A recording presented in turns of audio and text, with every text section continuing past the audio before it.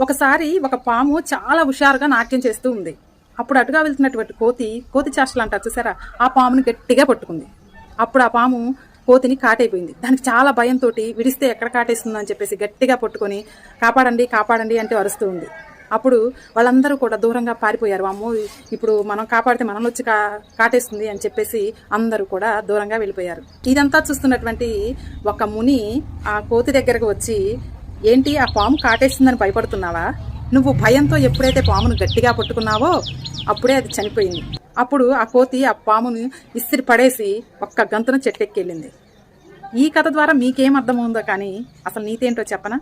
మనకి కష్టాలు వచ్చినప్పుడు వాటిని పట్టుకొని వేలాడుతూ ఎలాగో అనుకుంటూ భయపడుతూ ఉంటే అవి మనల్ని విడిచిపోనే పోవు. కష్టాన్ని విసిరికొట్టి పరిష్కార మార్గాన్ని వెతకాలి.